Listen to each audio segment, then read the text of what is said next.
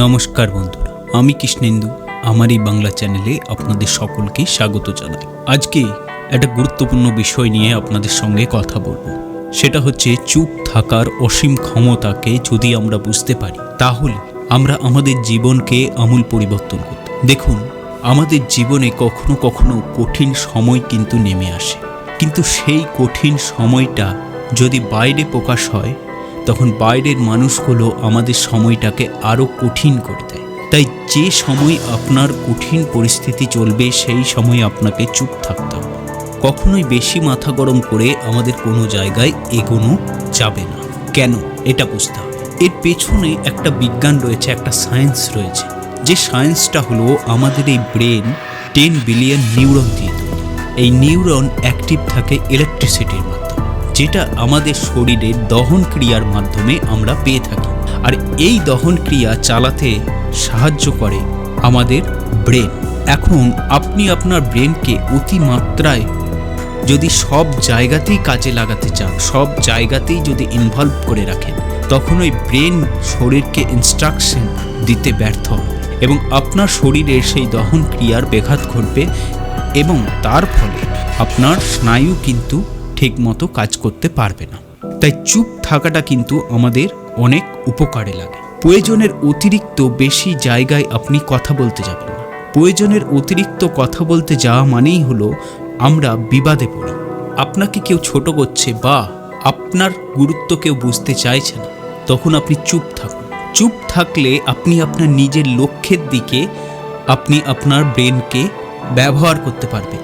সেই সময় আপনার সমস্ত শক্তিকে ব্যবহার করে আপনি আপনার জীবনের উন্নতি ঘটাতে পারবেন। প্রত্যেক মানুষ একটা না একটা লক্ষ্য নিয়েই হাঁটে বা লক্ষ্যকে খোঁজার চেষ্টা করে।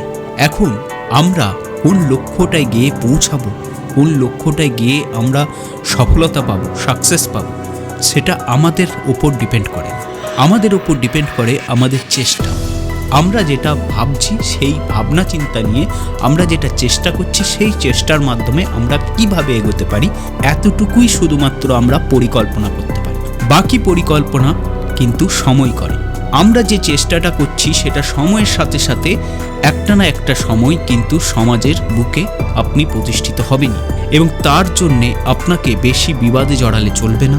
আর যদি কেউ অযথা আপনার পেছনে শত্রুতা করে বা সামনে শত্রুতা করে, সেখানেও আপনাকে চুপ থেকে সমাজের নিয়মকে মেনে এবং নিজের অধিকারকে সেই জায়গায় বলার ক্ষমতা রেখে আপনাকে পা বাড়াতে হবে।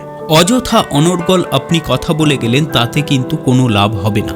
তাই চুপ থাকার কিন্তু অনেক বড় কিন্তু ক্ষমতা রয়েছে। আপনি অনর্গল যদি কথা বলেন, আপনি যদি জবাব দেন, সেইখানেই কিন্তু আপনার জবাব দেওয়া শেষ। আপনি এর পরে কিন্তু আর জবাব দিতে পারবেন না। তাই চুপ থেকে নিজের লক্ষ্যকে স্থির করে আপনি এগিয়ে যেতে থাকুন। যারা জবাব পাওয়ার তারা একটা টাইম সব জায়গাতেই জবাব পেয়ে যায়। চুপ থাকলে আমাদের মাথা শান্ত থাকে, আমরা আমাদের কাজকে সময়ে করতে পারি। যদি আমরা চুপ থাকি এবং চুপ থেকে যদি আমরা ঈশ্বরের প্রার্থনা করতে পারি বা নিজের লক্ষ্যের দিকে যদি স্থির রাখতে পারি, তাহলে আমরা আমাদের জীবনযাত্রাকেও কিন্তু নিয়মের মধ্যে রাখি। তাই আপনাকে প্রয়োজনের অতিরিক্ত কোনো জায়গাতে বেশি কথা বলতে যাবেন না। এই চুপ থাকার টেকনিকটা আপনাকে শিখতে হবে, কারণ এই চুপ থাকাটা অনেকে ব্যঙ্গ করে, অনেকে মনে করতে পারে যে আপনি খুব ইন্ট্রোভার্ট, কিন্তু তা কিন্তু নয়। আপনি সঠিক জিনিসটা বুঝতে পারবেন।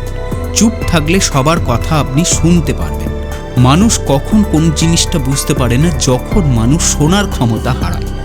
আমরা অধৈর্য হয়ে যাই, অপরজন কি বলছে সেটা শুনতে চাই, আমি নিজে কি বলছি সেটা শোনাতে চাই, কিন্তু তা নয়।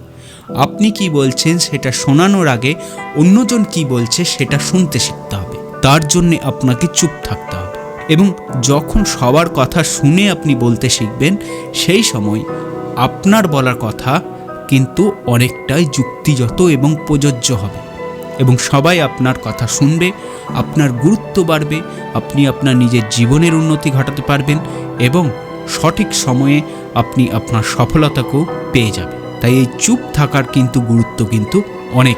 তাহলে আজকে আসি, পরের আরেকটি ভিডিওতে অন্য আরেকটি টপিক নিয়ে আলোচনা করব। ততক্ষণ এই চ্যানেলটিকে সাবস্ক্রাইব করবেন। সুস্থ থাকবেন, ভালো থাকবেন।